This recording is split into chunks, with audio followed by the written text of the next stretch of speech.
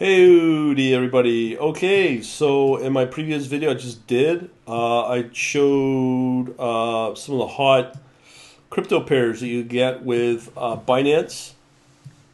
In this video I'm going to more talk about yet again another bot.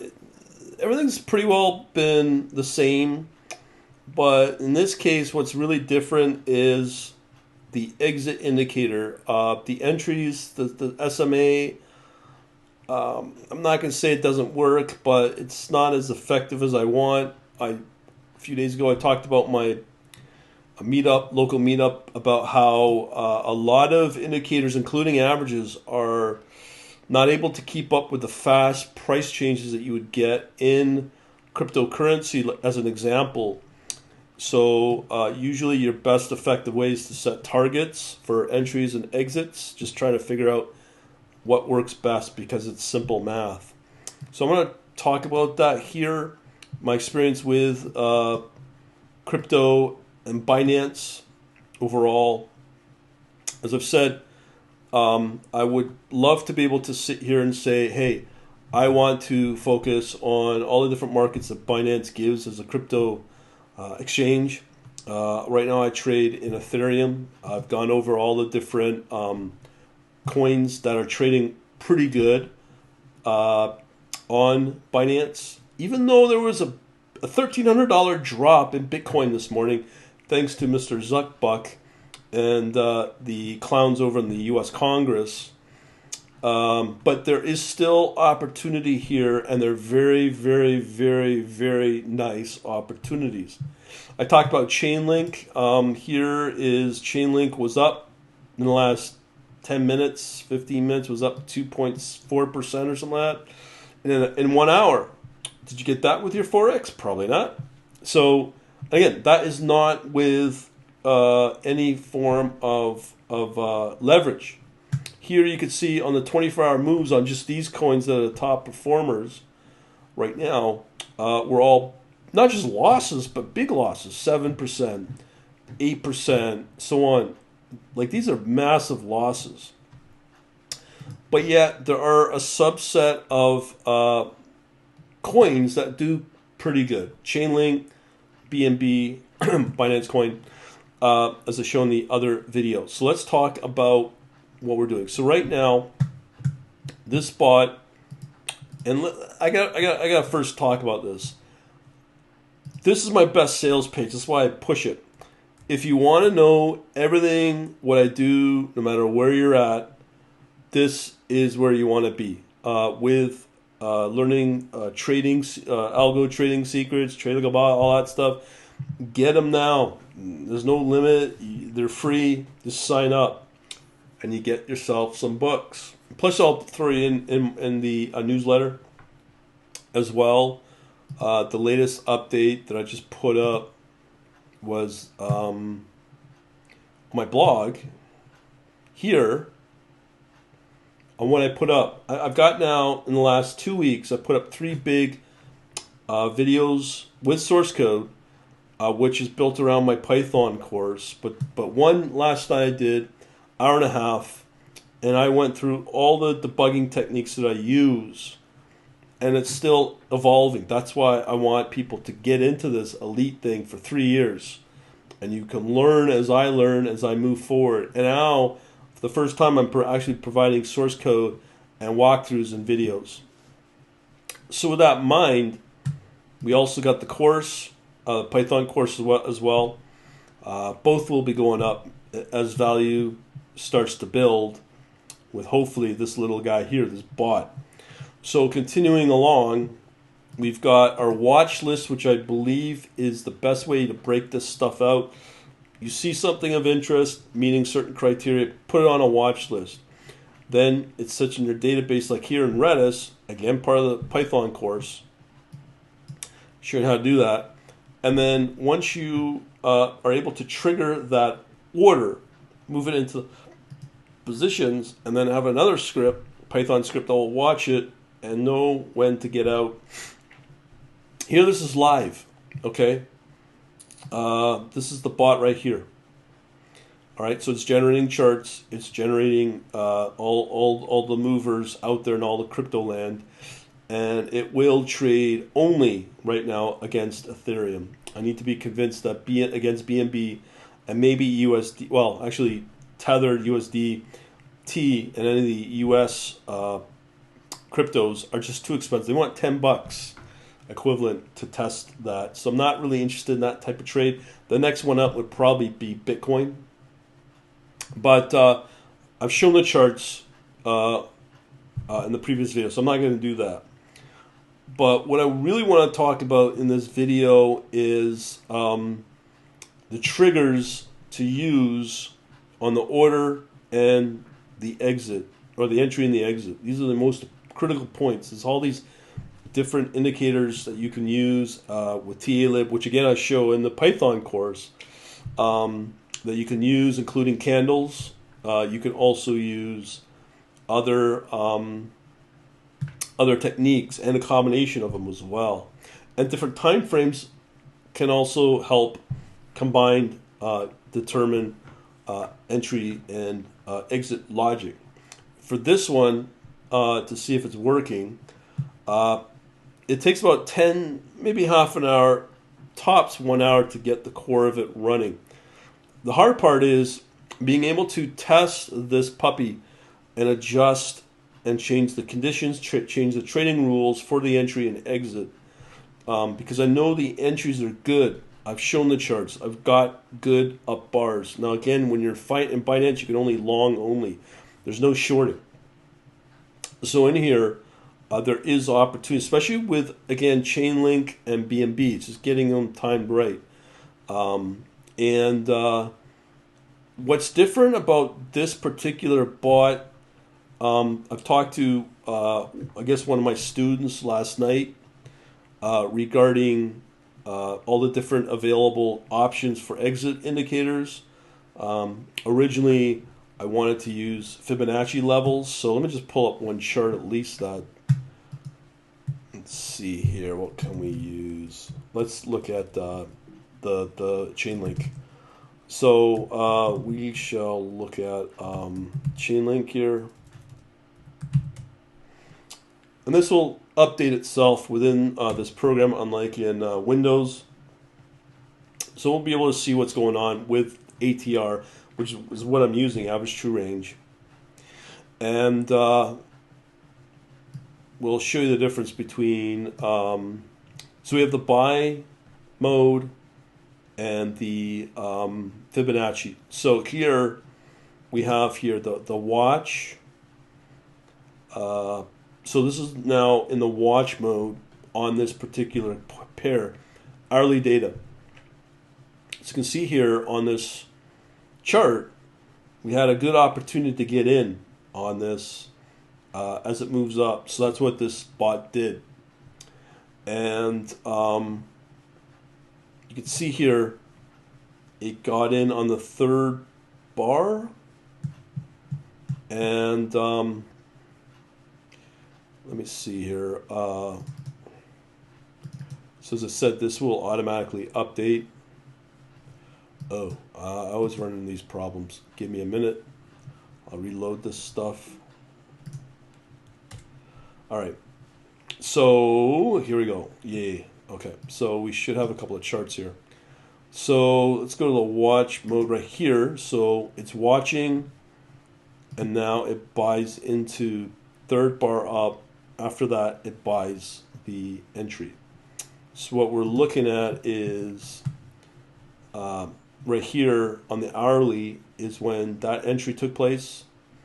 And I'm watching it live now. It is moving up. So it's ticking up. As I said, the exit indicator, if this works out, is the level, which used to be a Fibonacci level. So let me show you that here. Or probably, I guess there's no Fib watch right here. So this is really good for debugging as well. So somewhere in here, that entry should have taken place. So the price moved up, hit here, and we're using the ATR. So there's different conditions looking at this now. I'm going to assume that the entry took place around here. And we should have exited right here because it hit the Fibonacci level 1, in this case on this chart. And then just exit the trade, but it's still hanging on because of that's the only exit condition I'm using. So right here with the Fibonacci. So that's considered a bug, I would think. And then be able to have an additional exit condition to exit on once it hits this level 1. Because once the entry takes place right around here somewhere, we know that we just don't know where that price is going to go. Luckily, it went up. It hit that level 1.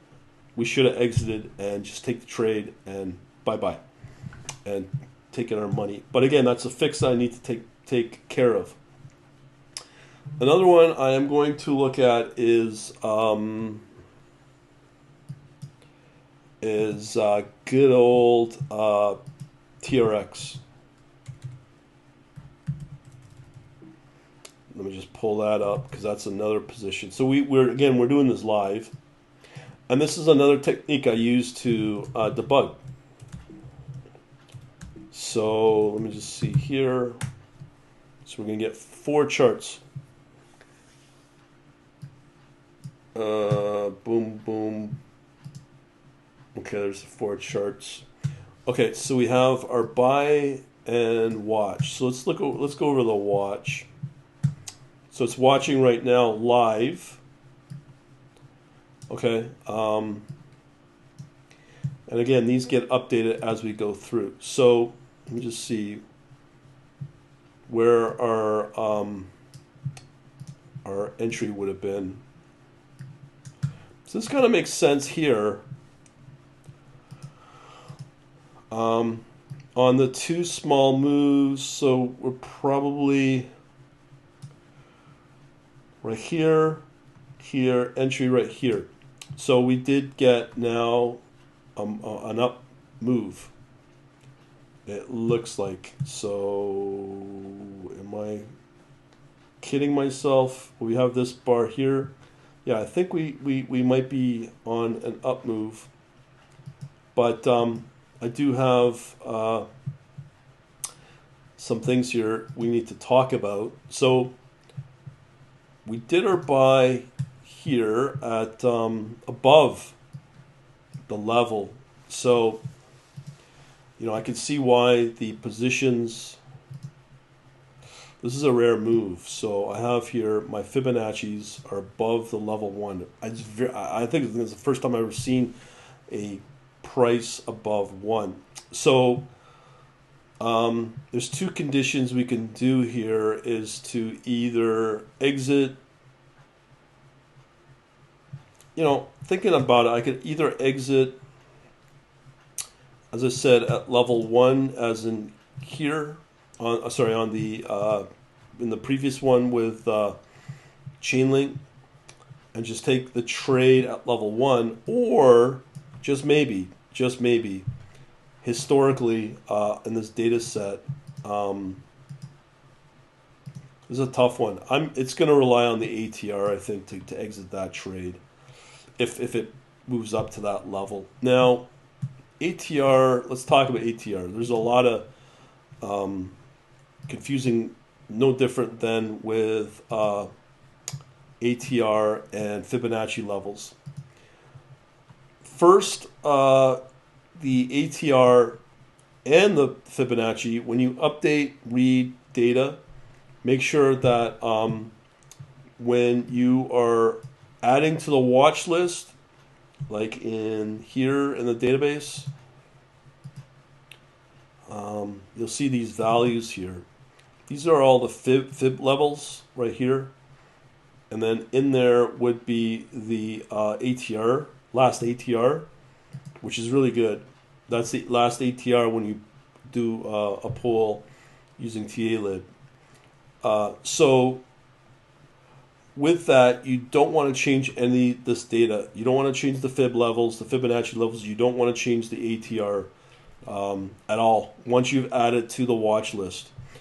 If you do that, what will happen is you will be having let's say a new position as I have here, and you're changing the goalposts. So as the position moves up and down with the price, at the same time you're also changing the Fibonacci levels and the ATR, which kind of confuses everything and will never get closed. So you've got to make sure you're never closing or changing the Fibonacci levels or the ATR or anything once you add it to the watch list. That has to stay in place, and that has messed me up so much, wasted a lot of my time until I'm making sure now that when I do add to the watch list that we do not change the Fibonacci levels or the ATR levels. Very important. Once we get past that, and as part of the evolution of this bot, as I've hinted at, we then got to figure out when do we exit, because here in these examples I'm giving you it's the best word to use. It's fluid.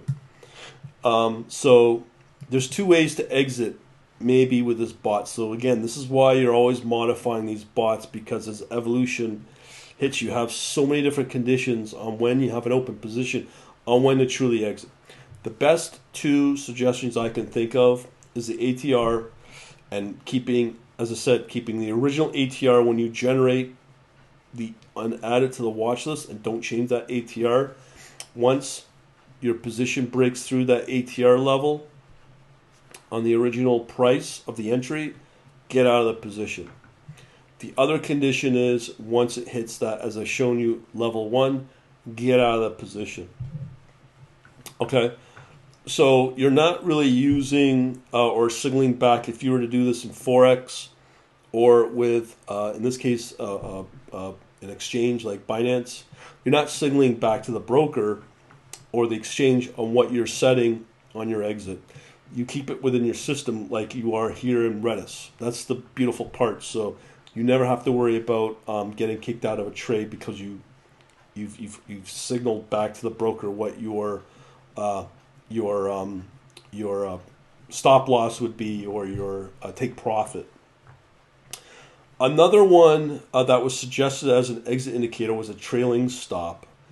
I don't think that'll work, because I have tried that for a very long time, and if you're changing your trailing stop as the price moves, at some point it will not hit the max. And in the world of crypto, and the way how fast crypto works, you could get, and I've shown you multiple times here, down bars, the moves can be so swift that it will take you out a lot faster. So you're better off just to work in the world of probability and take small profit on each position where you can on the original ATR that you set and the original Fibonacci levels that you set, instead of changing it as the position and the price moves up or down, depending on if you're long or shorting. So I just think that might be better, and you can get away with that in the world of crypto. Why? Because you are able to trade very tiny profit levels, but not really worry about the commission fee being so high, where it's, as I said, it's negligible. So even if you have a price that's moving up, and as it keeps adding it to the watch list, it's readjusting itself once the other positions close. So one thing is, I'll mention right here, the way this bot is, and it's going to be very limited in what it can profit, is it will only do one position at a time for one particular pair or coin in Ethereum. So in this case, we have two positions on Link and Tron. So if there were more opportunities of Link and Tron being coming about once we started these positions, this bot, as of right now, is limited to only work on these positions right now, because it just adds confusion to all the conditions and stuff.